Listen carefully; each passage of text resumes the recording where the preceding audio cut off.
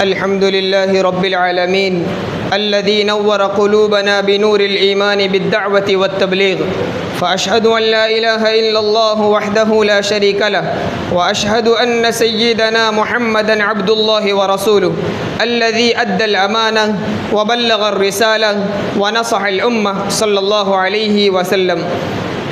صلى الله تعالى عليه وعلى آله وأصحابه الذين هاجروا في أنحاء العالم كله للدعوة والتبليغ. أما بعد، فيا معشر المسلمين، أوصيكم ونفسي أولا بتقوى الله عز وجل وطاعته والتمسك بسنة حبيبه صلى الله عليه وسلم.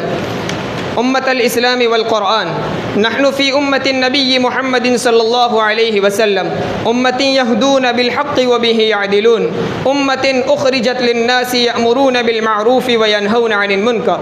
عباد الله، قال تعالى: ونزلنا عليك الكتاب تبيانا لكل شيء وهدى ورحمة لقوم يؤمنون. أخبر النبي المصطفى صلى الله عليه وسلم: ستكون فتن. قيل: يا رسول الله، وما المخرج منها؟ قال صلى الله عليه وسلم: كتاب الله فيه نبأ ما قبلكم وخبر ما بعدكم وحكم ما بينكم. رواه الإمام الترمذي رحمه الله. أمة الرسول، أمر الله سبحانه نبيه بالدعوة والتبليغ بقوله: يا أيها الرسول بلغ ما أنزل إليك من ربك.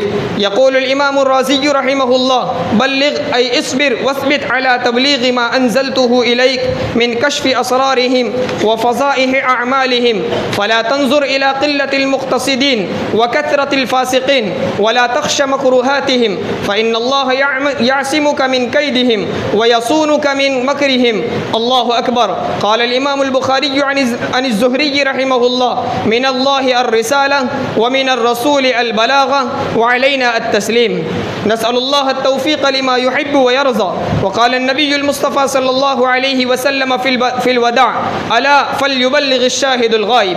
واعلموا يا أيها الناس إن جماعة التبليغ هي جماعة مباركة نيرة متواضعة ربانية، يبذلون أنفسهم وأموالهم في سبيل الله ويحثون الناس على ذلك. جماعة التبليغ انتشرت في آفاق الأرض كلها، فلله الحمد والمنة.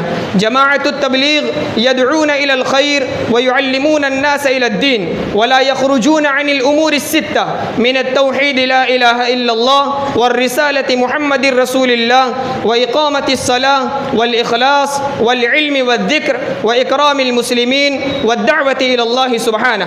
جماعة التبليغ هدى الله بهم الملايين وأخرج بهم سبحانه ألوف الآلاف من ظلمات المعاصي والمنكرات إلى نور الطاعات والعبادات.